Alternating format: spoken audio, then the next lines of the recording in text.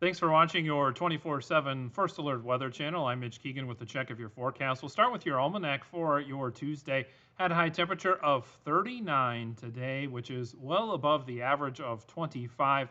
Record high temperature is 49 degrees, set back in 1959, and 22 degrees below zero is that record low set back in 2000. So certainly some extremes there, but nothing record breaking about today, other than we continue our stretch of really not seeing anything in the way of snowfall out there, at least for the most part here in the Mankato area. Just a little bit of snowfall, but it's certainly a pretty soggy situation out there for us as we move through the Christmas holiday. Here's a look at some of those rainfall totals from across the area.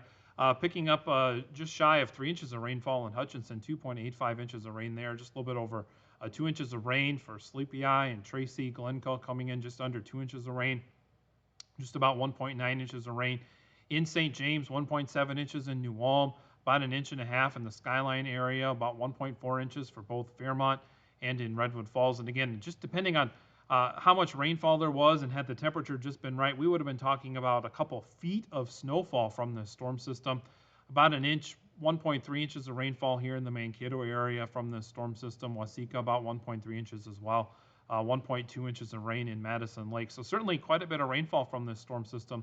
And again, it's off to the north and the west where the bigger impacts were, with some heavy snowfall and even some ice from this. So again, as this system continues to kind of fall apart or dissipate, we're seeing there that purple line, that's called an occluded front, and that's showing that this area flow pressure is starting to kind of fold in on itself or weaken a bit. So we're still seeing that precipitation, that snow, that ice off to our north and to the west. And as this system kind of folds in on itself or starts to weaken, we may squeeze out a couple of sprinkles or flurries here, especially tomorrow. And you can kind of see that on your futurecast, maybe off to our south and east across parts of southeastern Minnesota into northeastern Iowa. We may squeeze out a couple of light snow showers or some flurries here in central Minnesota into the extreme western portions of our viewing area here by later on tomorrow, but really not looking for a lot of accumulation out of that by any means. So the forecast for the overnight hours tonight, mostly cloudy, back into the mid-20s for those overnight lows. And then for your Wednesday, mid-30s for those highs under the mostly cloudy sky and a pretty light wind. Looking at the 10-day forecast, staying relatively quiet and mild here Thursday, Friday, upper 30s to near 40 degrees. And then rounding out 2023 with relatively mild conditions, again, staying relatively above average.